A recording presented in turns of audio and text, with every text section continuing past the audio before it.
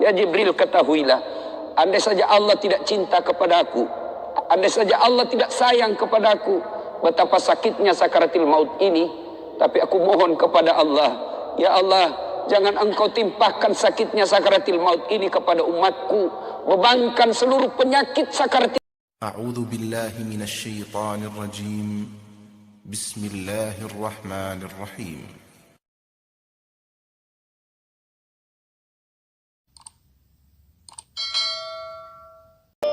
Tebat hari Senin 12 Rabiul Awal tahun ke-11 Hijriah, bersamaan dengan hari lahirnya Rasulullah. Hari Senin tanggal 12 Rabiul Awal tahun ke-11 Hijriah, Allah perintahkan kepada malaikat Jibril, Jibril, kau turun jemput kekasihku Muhammad, cabut nyawanya, dengan catatan tanya dulu, jika dia sudah mau, lakukan tugasmu. Tapi jika belum mau, tunda tugasmu sampai dia mau. Panggil 3 malaikat menyertaimu, Mikail, Israel, Israfil. Turunlah malaikat. Di langit ke-7 mereka masih berempat. Langit ke-6 mereka masih berempat. Sampai di langit pertama malaikat Jibril berkata, wahai malaikat pencabut nyawa, kau sajalah yang turun ke dunia. Saya tidak tega menemanimu dan melihat engkau mencabut rohnya Muhammad SAW. Lalu malaikat pencabut nyawa berkata, Jibril, kenapa kau tidak turun menyertai kami? Bukankah selama ini engkau yang menyertai Rasulullah? Bukankah selama ini engkau yang menemui Rasulullah? Kami tidak pernah menemui Rasulullah. Turunlah bersama kami. Jibril berkata, maafkan saya tidak betul-betul tidak mampu melihat engkau mencabut rohnya Rasulullah. Turunlah 4 malaikat ini. Lalu malaikat mengetuk pintu Rasulullah, ketuk rumah Rasulullah. Assalamualaikum warahmatullahi wabarakatuh ya Rasulullah. Nabi dalam rumah menjawabnya, waalaikumsalam warahmatullahi wabarakatuh. Fatimah membuka pintu, ternyata tidak ada orang di depan pintu. Rasulullah lalu bersabda, sudah ada di damping saya. Malaikat pencabut nyawa berkata, ya Muhammad, hari ini aku diperintah Allah untuk mencabut ruhmu. Menurutmu bagaimana? Kira-kira kalau Bapak ditanya seperti itu, apa jawaban Bapak? Kalau saya ada saat, hari ini Allah perintah untuk mencabut ruhmu, maka saya akan menjawab, tunggu dulu, istri saya baru 1. Rasulullah menjawabnya, wahai malaikat, 24 nabi dan rasul senior saya, 24 nabi dan rasul pendahulu saya, setelah mereka melaksanakan tugas, mereka pun menghadap kepada Allah. Hari ini saya siap menghadap, tapi saya lihat ini ada keanehan. Apa ya Rasulullah? Mana malaikat Jibril? Kok tidak ada di antara kalian? Mana sahabat saya? Mana Jibril? Malaikat pencabut nyawa berkata, Jibril menunggu di atas langit. Dia tidak datang untuk menyertai kami. Lalu Nabi perintahkan, kau panggil dulu. Ada perkara yang penting yang ingin saya tanyakan kepada Jibril.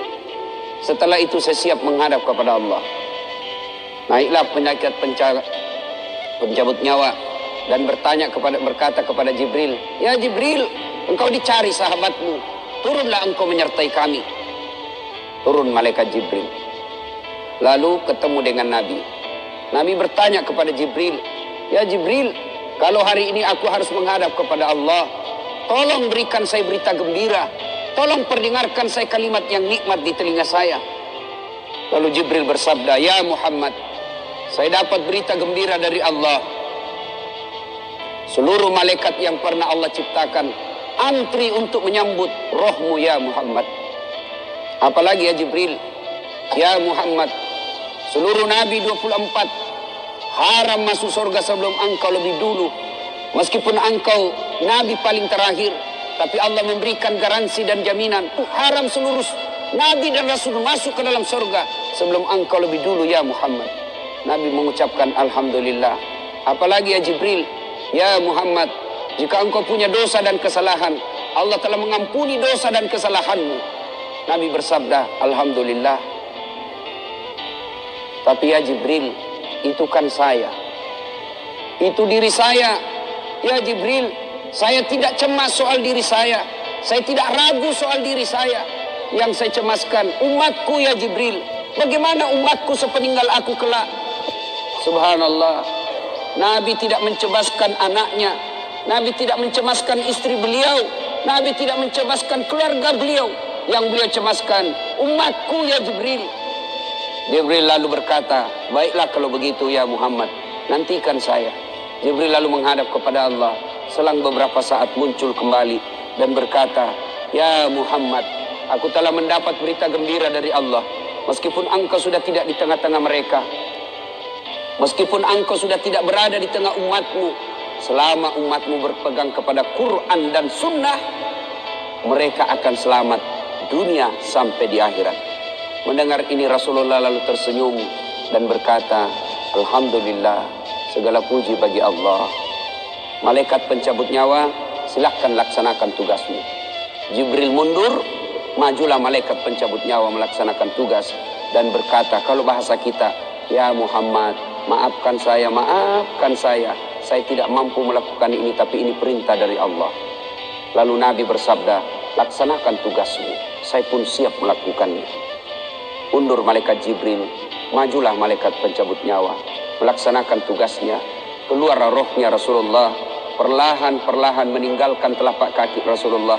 Telapak kaki Rasulullah menggigil naik ke atas betis Rasulullah, naik ke paha Rasulullah, sampai ke perut.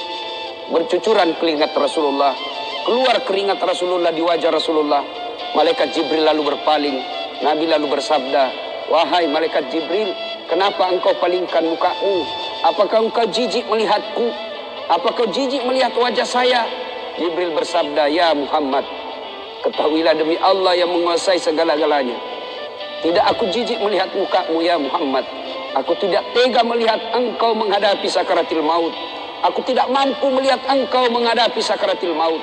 Nabi lalu bersabda, ya Jibril, ketahuilah, andai saja Allah tidak cinta kepadaku, andai saja Allah tidak sayang kepadaku, betapa sakitnya sakaratil maut ini.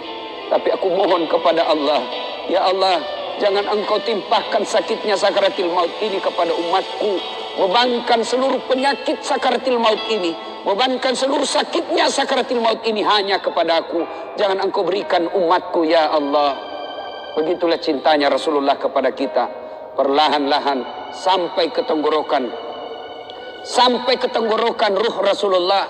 Habis menggigil seluruh badan Rasulullah, ditinggal ruhnya. Lalu di penghujung bibir beliau mengucapkan, pelihara solat kalian, pelihara solat kalian, pelihara solat kalian. Yang kedua Rasulullah berpesan, pelihara wanita di antara kalian, pelihara anak-anak gadis kalian, pelihara istri-istri kalian. Dan yang terakhir beliau ucapkan, tidak satu pun keluarga yang diucapkan. Beliau tidak mengucapkan Khadijah, Khadijah. Beliau tidak mengucapkan Aisyah. Beliau tidak mengucapkan Hasan Husain.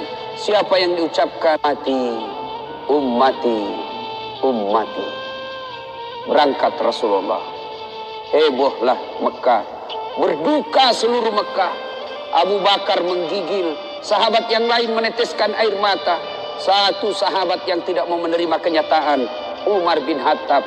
Ketika disampaikan orang-orang, Rasulullah telah meninggalkan kita, Rasulullah telah menghadap kepada Allah, heboh satu Mekah. Umar bin Khattab marah. Dia cambuk, dia tarik pedangnya dan berkata, siapa yang mengatakan Muhammad wafat, maka aku tebas batang lehernya. Umar tidak biasa. Umar tidak mampu menerima kenyataan Rasulullah berpisah dengannya. Dan Umar mengamuk, siapa yang mengatakan Muhammad mati, saya tebas batang lehermu. Tampil Abu Bakar Siddiq berdiri di depan rumah Rasulullah dan bersabda dan berkata, siapa yang menyembah Muhammad, sesungguhnya Muhammad telah menghadap kepada Tuhannya. Tapi siapa yang menghadap menyembah Allah, Allah tidak akan mati, Allah akan abadi selama-lamanya. Mendengar ini lunglai seluruh badan Umar, jatuh sempoyongan, tidak mampu berdiri. Begitu menyadari Rasulullah telah meninggalkan. Begitulah para sahabat mencintai Rasulullah. Bagaimana cinta kita kepada Rasulullah? Kita lebih cinta kepada mobil daripada cinta kepada Rasulullah. Kita lebih cinta kepada harta daripada cinta kepada Rasulullah. Kalau Rasulullah bukan cuma di dunia beliau cinta kepada kita, sampai di akhirat beliau mencintai kita. Dijelaskan dalam riwayat, ketika hari kebangkitan kelak, hari kiamat telah berlalu, seluruh makhluk binasa. Allah perintahkan kepada malaikat Jibril, ya Jibril, kau bangkitkan seluruh manusia. Kau cari makam Muhammad, kekasihku Muhammad. Kau bangkitkan Muhammad. Lalu malaikat Jibril berdoa kepada Allah, ya Allah berikan saya tanda untuk menemukan makam Rasulullah. Bayangkan habis kiamat, porak-poranda dunia, berantakan dunia, lalu disuruh mencari. Jibril disuruh mencari makam Rasulullah. Dengan izin Allah, makam Rasulullah mengeluarkan asap. Lalu jasad Rasulullah bangkit. Seperti kalau Bapak lihat sirkus, naik jasad Rasulullah terangkat, ya kurang-kurang seperti ini. Naik badan Rasulullah, lalu Rasulullah badannya demi Allah diriwayatkan tidak rusak, tidak dimakan ulat, tidak dihancurkan tanah, seperti badan Rasulullah ketika hidup. Bangkit Rasulullah seolah baru bangun dari tidurnya. Dia gosok mata Rasulullah. Begitu terbuka mata Rasulullah seolah bangun dari tidur. Begitu dia buka, nampak ada Jibril di depannya. Lalu Rasulullah berkata kepada Jibril, ya Jibril, hari apa ini? Jibril menjawab, ya Muhammad, inilah hari kebangkitan seperti yang Allah janjikan kepada kalian. Kira-kira saat itu siapa yang dicari Rasulullah? Apakah beliau mencari bapaknya yang tidak pernah dilihat sama sekali? Apakah beliau mencari ibunya yang hanya 2 tahun 4 hari bersamanya? Apakah beliau mencari cucu kesayangan beliau Hasan Hussein? Tidak. Tidak satu pun keluarga beliau yang dia cari. Pada saat itu Rasulullah bersabda, ya Jibril, kalau ini hari kebangkitan, aina ummati? Mana umatku? Mana umatku Jibril? Kita yang dicarinya. Begitu cintanya Rasulullah kepada kita.